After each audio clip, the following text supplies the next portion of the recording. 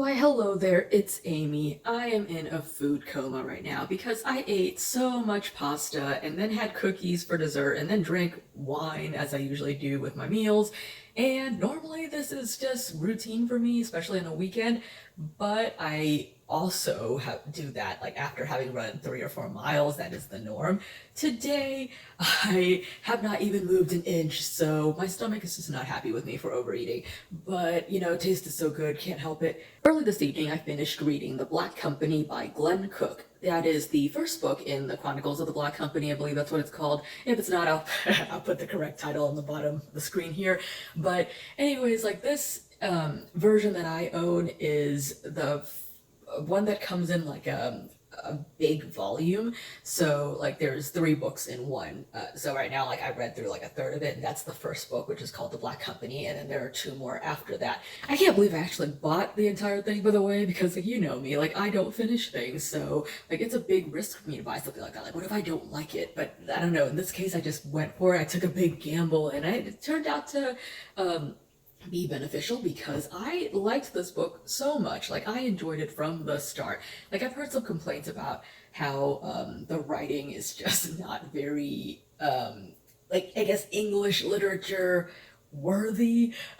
Like it's nothing fancy or anything like that. Like he tends to move along at a very fast pace, and like he doesn't use like I guess overly descriptive paragraphs to like tell his story. But like to me it worked. It was very effective. Like I like it when authors don't give too much detail personally, so maybe that's just why like it worked for me. Like right after I finished reading, I decided I wanted to go bake some chocolate chip cookies, and I said, oh, okay, maybe I'll just turn on the camera and talk about this book while I'm baking. But I ended up not doing it because I was just so busy contemplating about the nature of good and evil, and where characters in this book fall in like the morality scale, like from white all the way to black. I actually don't believe anybody in this book fits like on the white end of the scale, like or the light end of the scale. Like everybody is just completely like either amoral or morally questionable or like just flat out plain evil. But the protagonist himself like debates this. Like he's like,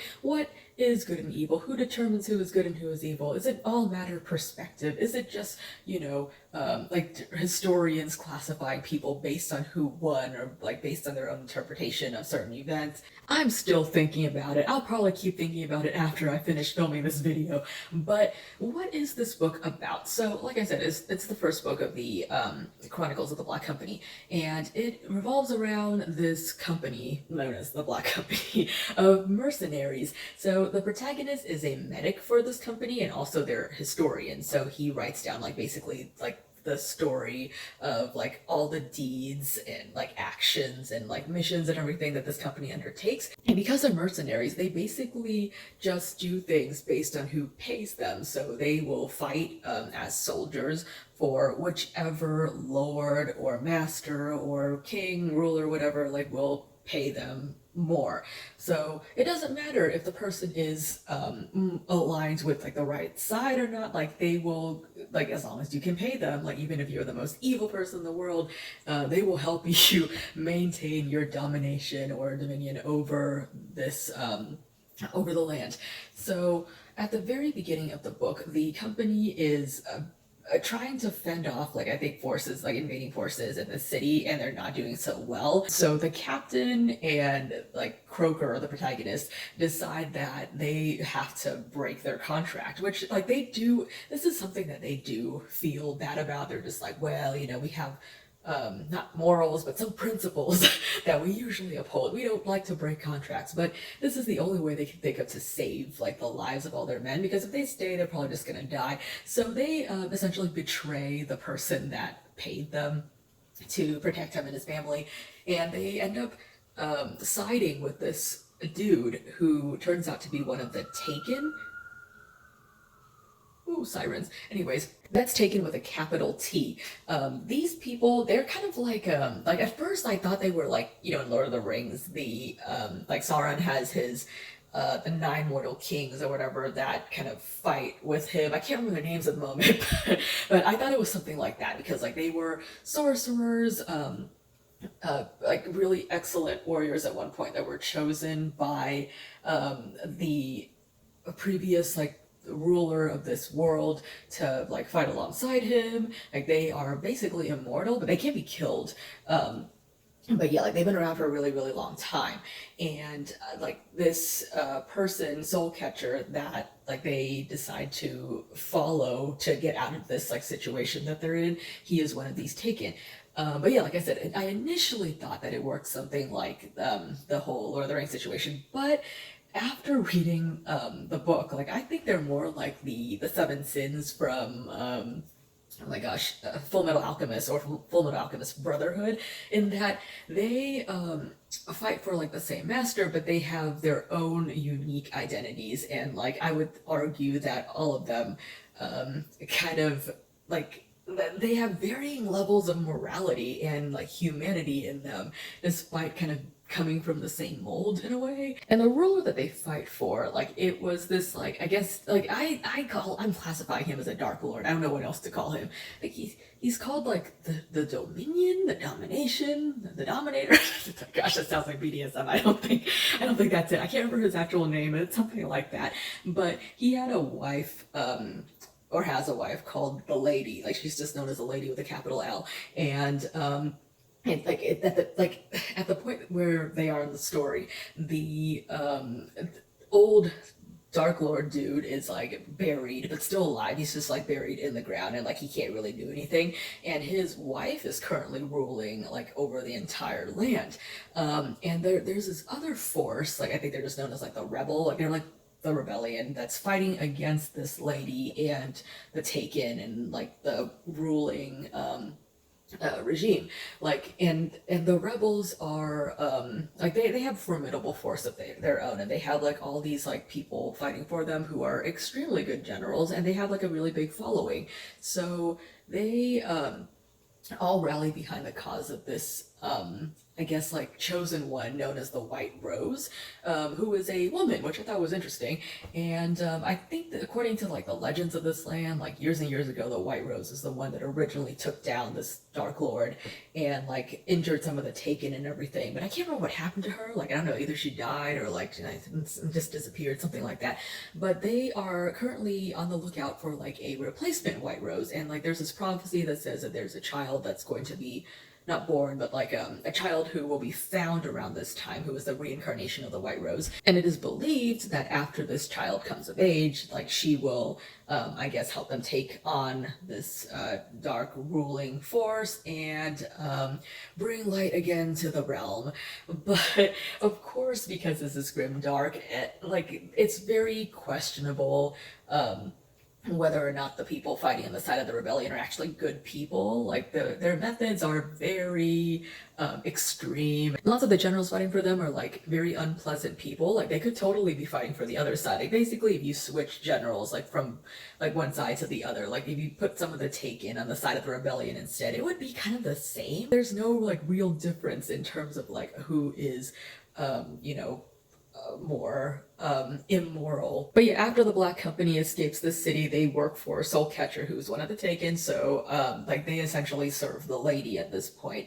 And like the protagonist Croker has like kind of like these moments where he's like, oh, who exactly are we serving? Like, are we fighting for like basically evil? Like is this okay, and like do we really care? And or it's like, oh, we like maybe we do care, but does it make a difference in the end, considering how, like I said, morally questionable the rebellion themselves are. So and it's like, and there's this prophecy and like lingering in the background the whole time, and like they want to know like, okay, is the White Rose, like is that even a thing? Is that something that the rebellion just like made up so that people can believe in their cause? And yeah, just so many questions. And like, you know, this first book is only like 220 pages or something, so it's not very long. It took me a while to read it just because I am like I jump around and read other books all the time. But if I had just sat down and read it, I would have finished pretty fast, and I think you will too, just because, like I said, it's a short book and it's very fast paced. I'm not sure this book is for everyone, not just because of like the whole like the grimdark aspect of it, because I think if you go in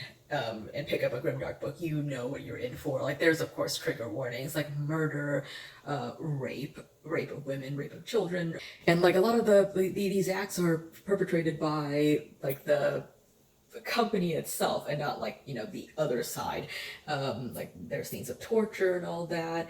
And like the main character, this is one of the things I was actually like thinking about while I was baking cookies. And like I think like even though he says that he doesn't know if like there's some like evil incarnate can really exist, like it's like that can't really be a thing. Like he thinks it's just a matter of like I said, perspective. But I don't know, I think there are some characters in here that are definitely more obviously evil than others.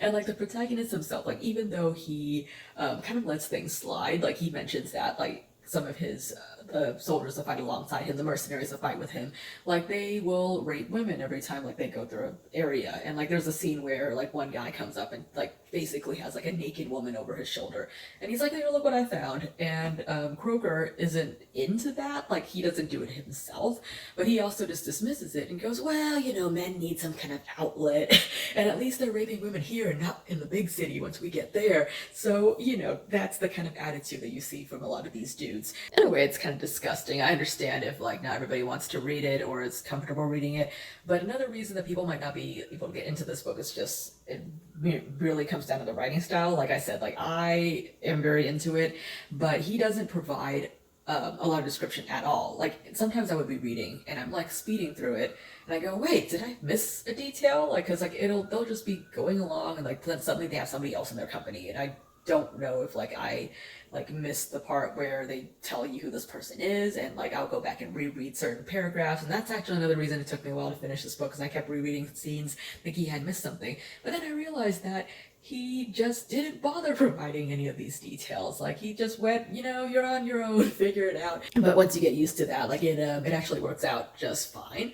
And like there are moments like I ended up really liking these characters. Like there are moments that are just like almost funny to me. Like it reads kind of like a war story. Like it's a, I guess, a military fantasy thing, and like there's a lot of banter and stuff, like the kind of thing that you would see if you were watching something like Full Metal Jacket, or just like a movie that's set during a war and it's like it's shown from the point of view of the soldiers who are fighting it. So like that's what, like that's the kind of like atmosphere and environment that you are in, and like that's who the characters are. Like you get like that whole camaraderie thing, and like there's this feeling that like the most important thing to all of them is like this brotherhood, and everything else can like take a back seat. And also, the main character is just so funny because like he has like all of these ideas about what he thinks the lady is like, and like I said, he's a historian for the company, so he writes a lot of like their like the stories about like all the things that they have accomplished. And he also writes like what I call fan fiction about like the lady, and like he always wonders like how did somebody like how did a little girl end up like in her position. And he has like all these like things that he writes down, and other people will sometimes read it and go, no, that's not how it happened, or I don't think that's what happened. And I know like you can be all like you know, macho about it and say, no, it's just a fantasy, but in reality, it's fan fiction. That's what he's writing. Call it what it is. But yeah, like that actually all factors in a lot later on. Like it plays an important role in a way, like depending on like what you think. Like I think it does, and he does too. I am very interested to see how the story plays out. So if you have read it, let me know what you think, and I am going to end this video here and go off and read some other stuff. See ya!